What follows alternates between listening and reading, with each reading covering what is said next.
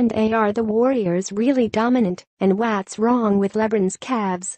Oakland, Draymond Green, never at a loss for words, sat down with USA Today Sports this week to discuss not only his surging Golden State Warriors, but those arch-rival Cleveland Cavaliers.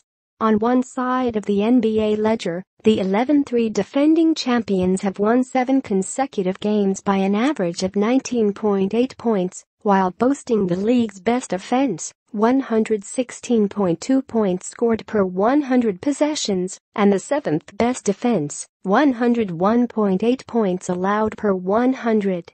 On the other, where the revamped Cavaliers have been working in 7 new players, while waiting for new point guard Isaiah Thomas to recover from his hip injury and make his debut, the 7-7 Cavs have been the league's worst defensive squad by a long shot, 111.1 points allowed per 100.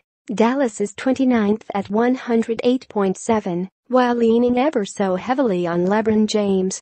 Green, whose Warriors have a different kind of Eastern Conference challenge on Thursday night, when they face the 13-2 Boston Celtics team that Warriors coach Steve Kerr dubbed the team of the future in the East, put on his scouting hat for this conversation about the two teams that have met an unprecedented 3 consecutive times in the finals.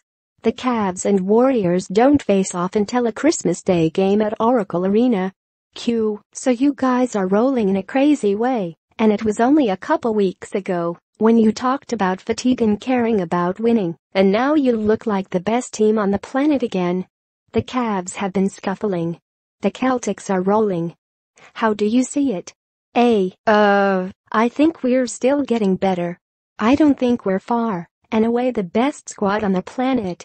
What I do see is that we have the potential to be that, but I see so many things that we need to improve on that it's just funny that everyone thinks we're rolling to me right now, because right now I don't think we're rolling.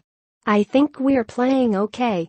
More NBA Week 4 conclusions. The Warriors haven't peaked, and the Jazz will miss the playoffs. More NBA MVP power rankings. Kristaps Porzingis a legitimate candidate. 6 wins by 17 plus points before they beat Orlando by 10 on Monday.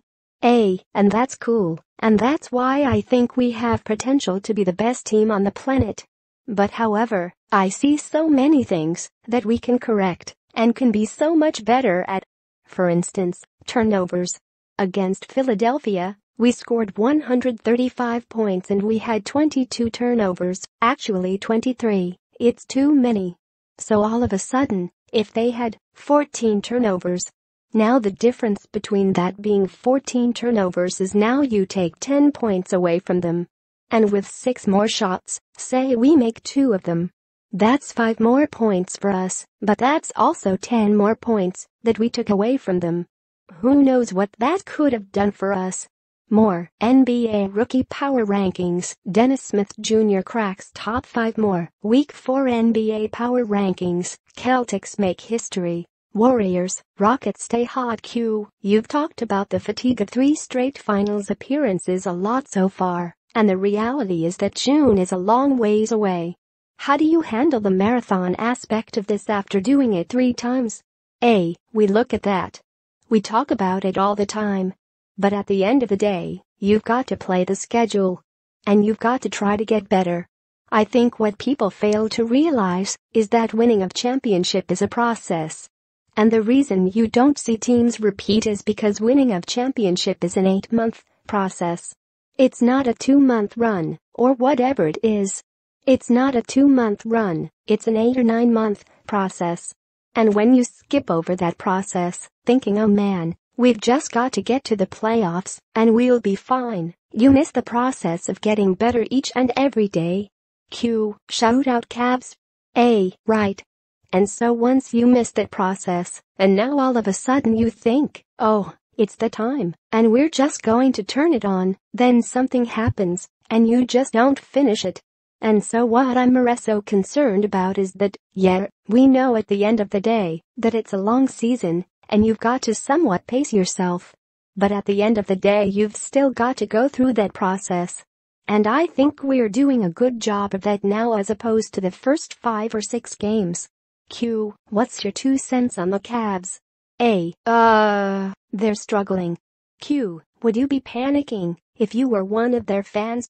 A, to a certain extent yes. And to a certain extent, no. I don't think anyone should be panicking 12 games in, or 13 games in. However, there are some glaring concerns with them. And at the same time, you're missing a 30-point-per-game player in Thomas on the bench who's hurt. So my concern would be that LeBron is playing so many minutes right now. James, in his 15th season, is leading the league in minutes at 38.1 per game. It's his highest mark since the